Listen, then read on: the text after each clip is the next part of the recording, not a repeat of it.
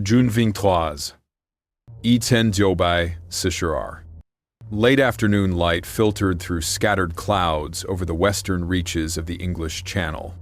RAF spotters at Pembrey airfield in South Wales pressed their binoculars against tired eyes, tracking a lone aircraft as it descended through the cloud layer. The silhouette was unmistakable. The radial engine distinctive, the aggressive lines terrifying. A Focke-Wulf 190, Germany's newest and deadliest fighter. But something was wrong with this picture. There were no alert sirens, no scrambling interceptors, no anti-aircraft batteries tracking the intruder across Welsh skies. The duty pilot, Sergeant Jeffries, watched in disbelief as the enemy fighter lined up perfectly on Pembrey's grass runway, waggling its wings in what could only be interpreted as a victory roll. The landing gear dropped. The aircraft settled onto British soil with textbook precision. Inside the cockpit, 21-year-old Oberleutnant Armin Faber of Jagdgeschwader II pulled off his leather helmet and scanned the airfield buildings through his perspex canopy. His heart was still racing from the dogfight over the channel. He had scored a kill, pursuing his quarry all the way to the English coast before breaking off. The return journey had been routine until the aggressive maneuvering and thick cloud cover had played tricks with his navigational instincts. When the coastline appeared below, he had made a simple but catastrophic assumption.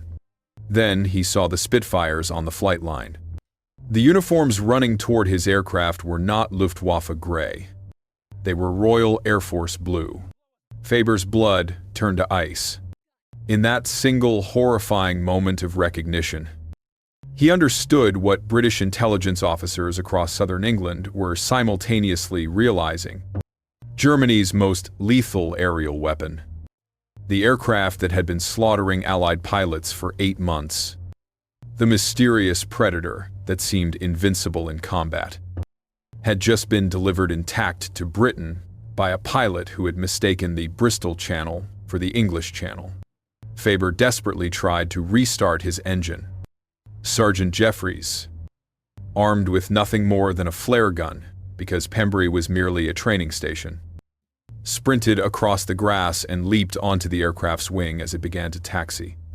He pressed the flare gun against the canopy, and the shocked German pilot, realizing escape was impossible, raised his hands in surrender. Within minutes, RAF personnel surrounded the aircraft, hardly believing their luck. The FW-190 sat on British soil completely intact, not a single bullet hole marring its sleek fuselage.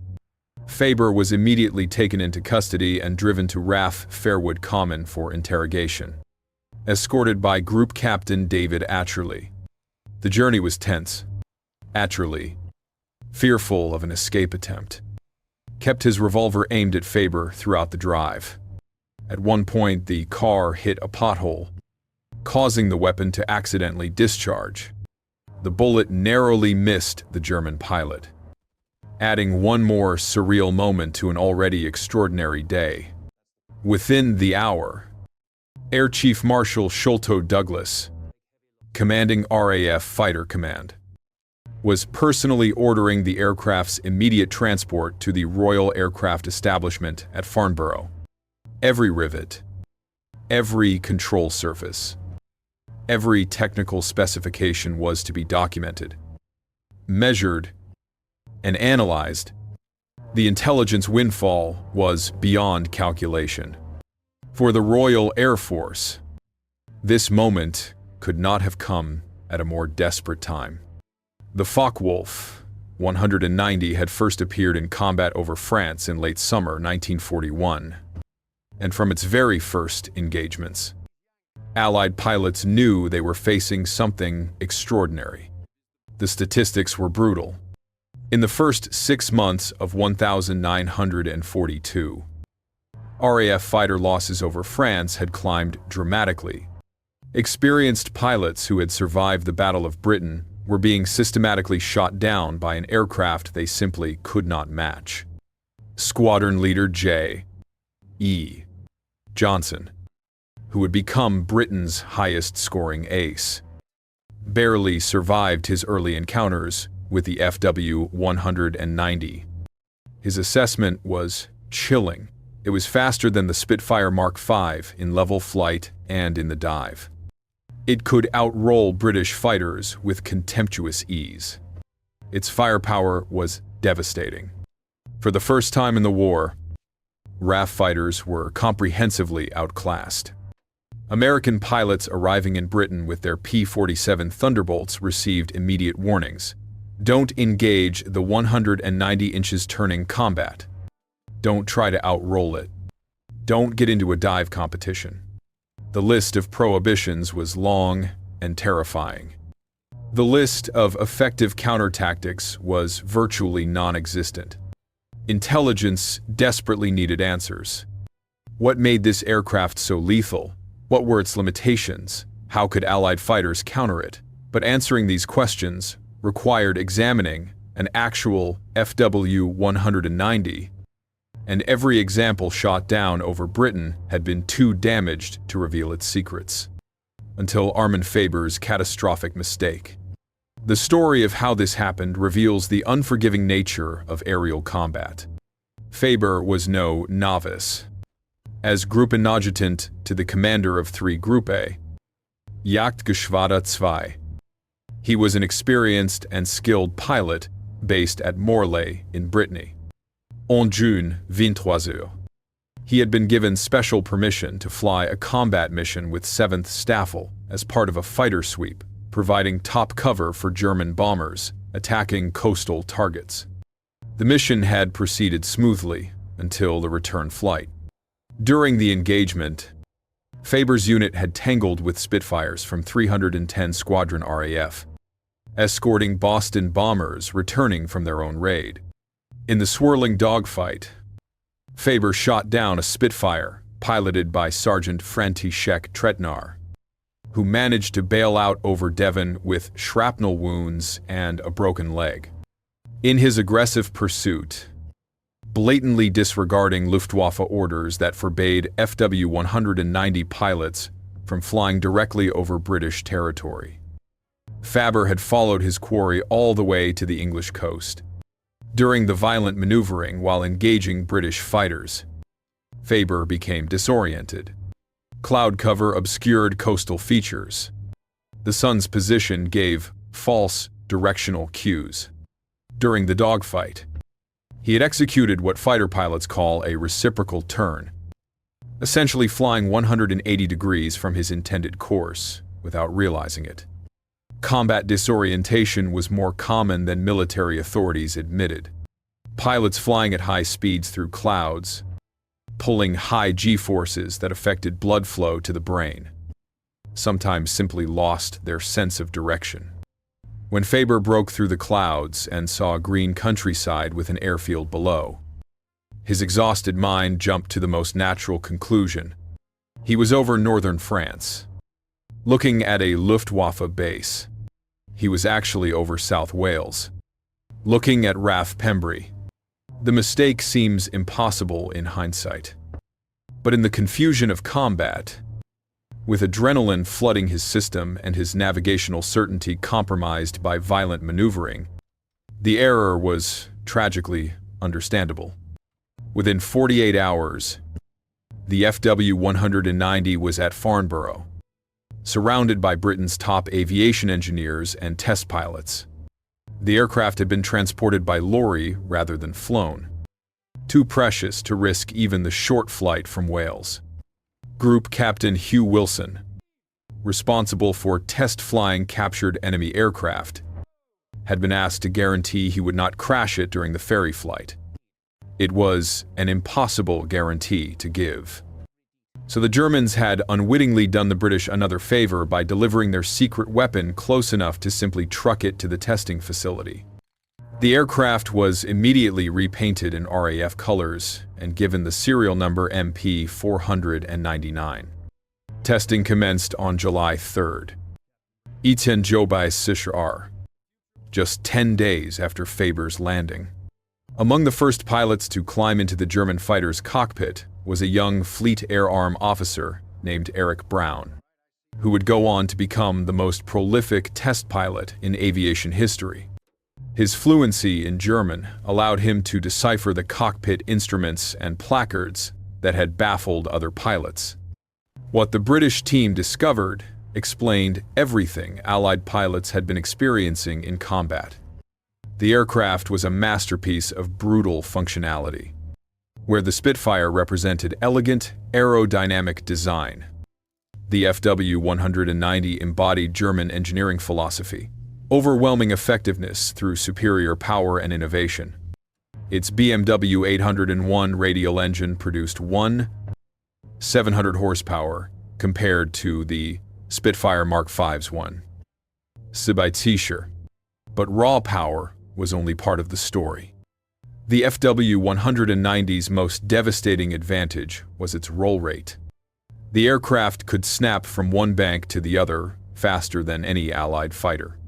This seemingly minor characteristic was actually revolutionary in combat. When a Spitfire tried to follow an FW-190 through rolling maneuvers, the British fighter simply could not keep up. The German pilot could reverse direction, gain angle advantage, and line up killing shots before the Allied pilot could react. Test pilots who flew the captured aircraft immediately understood why Allied pilots were dying. Erich Braun, who would fly the FW-190 multiple times during his month at Farnborough's aerodynamics flight, described the experience with clinical precision. The ailerons were light and responsive at all speeds, he reported. You could throw this aircraft around the sky with almost no effort. The Spitfire required muscle and finesse. The FW-190 responded to thought. During the first test flights, pilots performed comparative trials against the Spitfire Mark V, the RAF's frontline fighter. The results were sobering. In mock dogfights, the FW-190 demonstrated such superiority that it became clear why RAF losses had been mounting. The German fighter could dictate the terms of engagement, choosing when to fight and when to disengage with impunity. The firepower advantage was equally stunning. The FW-190 A3 carried 4 20mm MG 151 cannons and two 7.92mm machine guns. A 2-second burst delivered more explosive power than a Spitfire Mark V could generate in 10 seconds of continuous firing. The weapons were mounted close to the fuselage, creating a tight concentration pattern that was devastating at combat ranges. The dive performance explained how FW-190s consistently escaped pursuing Spitfires. The German fighter's heavier weight and cleaner aerodynamics meant it could outdive anything the RAF flew. Pilots who tried to follow an FW-190 into a steep dive watched helplessly as the enemy aircraft pulled away, leaving them vulnerable and frustrated. But the testing also revealed critical weaknesses. And this is where the intelligence value became strategic gold. Through methodical flight testing at various altitudes, the British team discovered the FW-190's Achilles heel. The radial engine, while powerful, created severe cooling problems at high altitudes. Above 20,000 feet, the aircraft's performance fell off dramatically. The engine struggled in the thin air, losing power and experiencing overheating issues. Meanwhile, the Spitfire's Merlin engine, designed for high-altitude operation, actually performed better as altitude increased. The heavy weight that made the FW-190 superior in dives also made it less maneuverable in sustained turning combat. The aircraft could outroll a Spitfire, but in a prolonged horizontal turning engagement, the advantage shifted to the British fighter. Most critically, Engineers discovered that the FW-190's controls became extremely heavy at high speeds. In a dive exceeding 400 miles per hour, the pilot needed significant strength to pull out of the dive. This created a vulnerable moment. If an Allied fighter could pursue an FW-190 through the initial dive and catch it during the pullout, when the German pilot was fighting his own controls, attacks became feasible.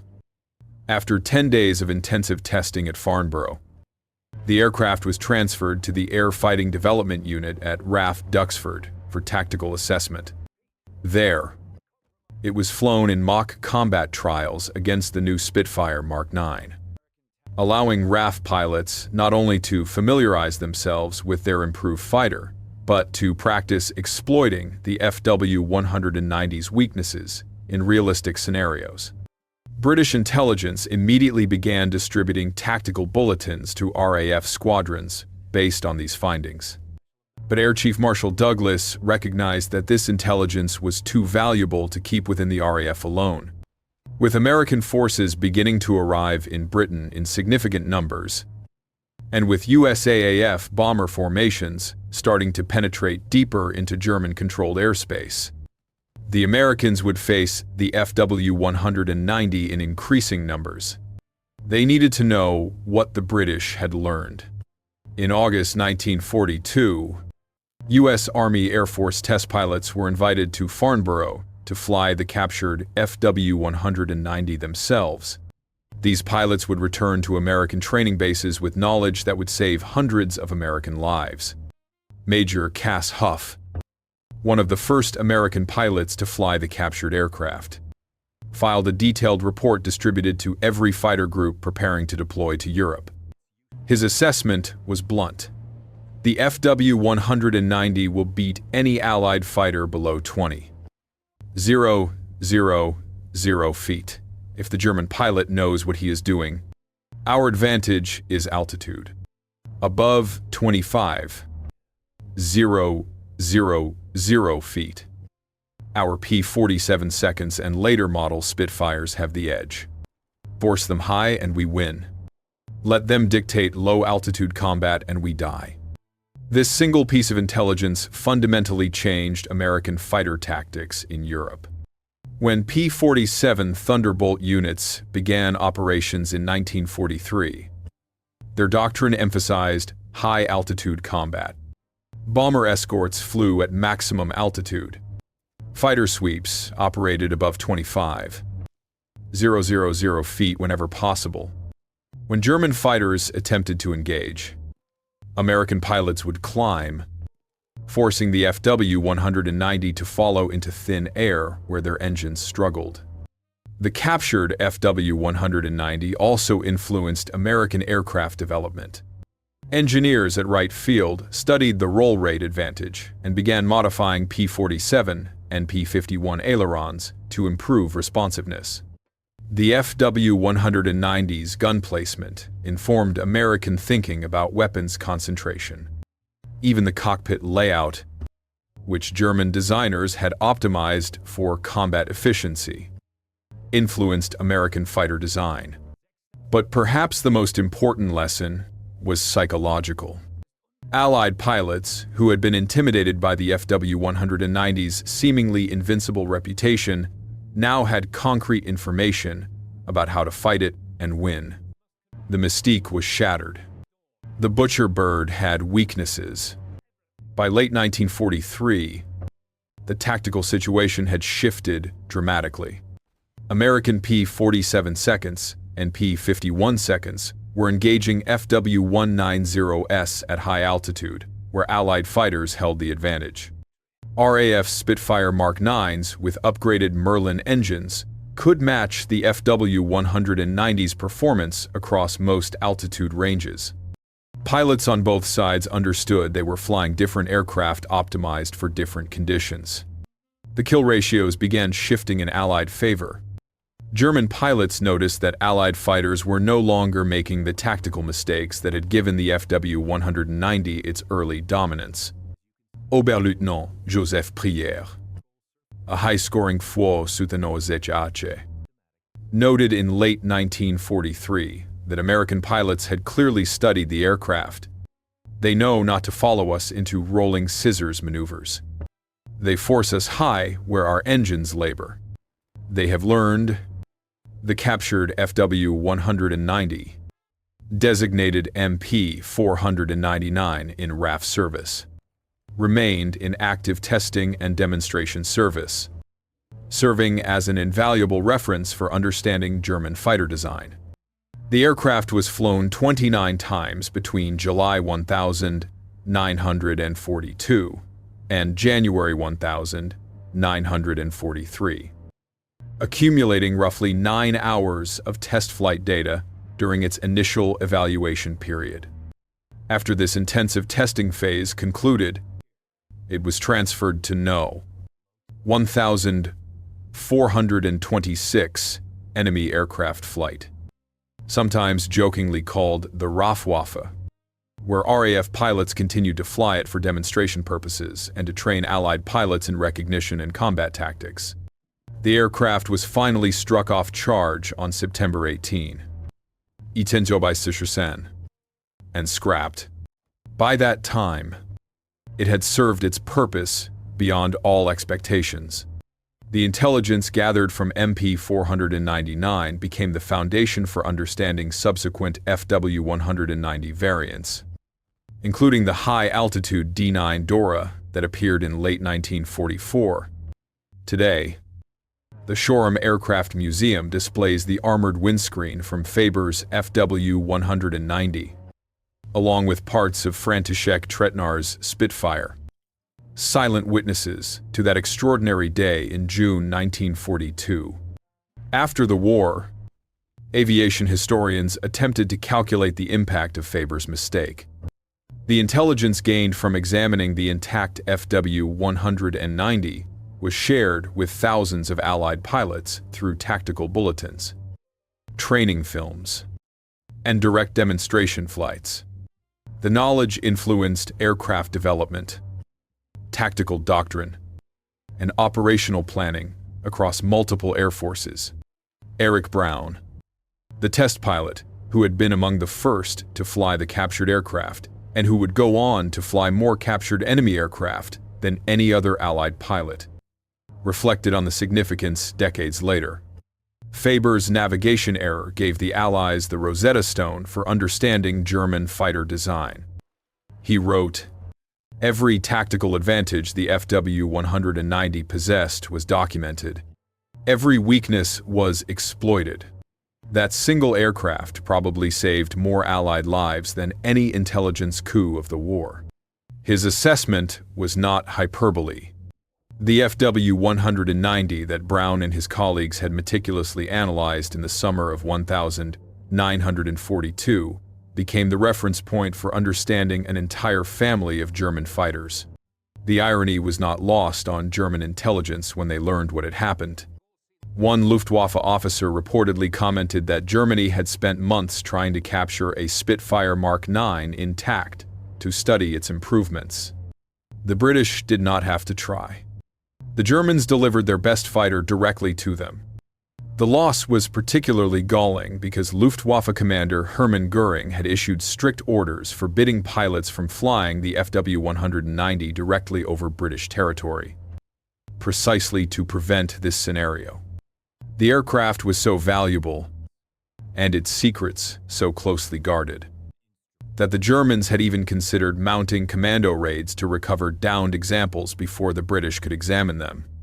Now, through one pilot's momentary disorientation, all those security precautions had been rendered meaningless. Armin Faber spent the remainder of the war in a prisoner of war camp in Canada. Through a remarkable deception, he convinced British authorities that he suffered from epilepsy, and in 1944 was repatriated to Germany on medical grounds. Shortly after his return, he was again flying frontline fighter operations, suggesting his claimed illness had been an elaborate ruse. He survived the war and lived until at least 1991, when he visited the Shoreham Aircraft Museum and donated his officer's dagger and pilot's badge to stand alongside the armored windscreen of his captured aircraft. The story of Faber's captured fighter teaches a crucial lesson about technological advantage in warfare. Germany's Focke-Wulf 190 represented a quantum leap in fighter design when it appeared in 1941.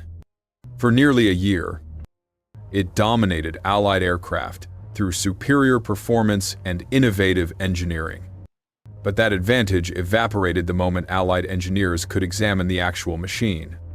No aircraft is invincible. Every design involves compromises and trade-offs. The FW-190's low-altitude dominance came at the cost of high-altitude performance. Its excellent roll rate came with heavy, high-speed controls. Its powerful armament added weight that reduced maneuverability. Once Allied pilots understood these trade-offs, they could exploit them. In the complex calculus of wartime advantage, one pilot's momentary disorientation over the English Channel turned Germany's secret weapon into an open book. The FW-190 that Armin Faber accidentally delivered to Britain became the aircraft that taught the Allies how to win. The lesson echoes through military history. Superior technology matters. Superior intelligence matters more. Sometimes, the greatest victories come not from devastating attacks, but from simple mistakes that give your enemy exactly what they have been desperately seeking. The Focke-Wulf 190 could have remained a mystery. An invincible opponent that continued dominating Allied pilots through psychological advantage as much as technical superiority. Instead, it became a teaching tool that every Allied pilot studied, learned from, and ultimately defeated. One navigation error. One landed aircraft. One intelligence windfall that changed the air war over Europe. That is how the Allies received Germany's secret fighter. And that is how a single mistake shifted the balance of power in the skies forever.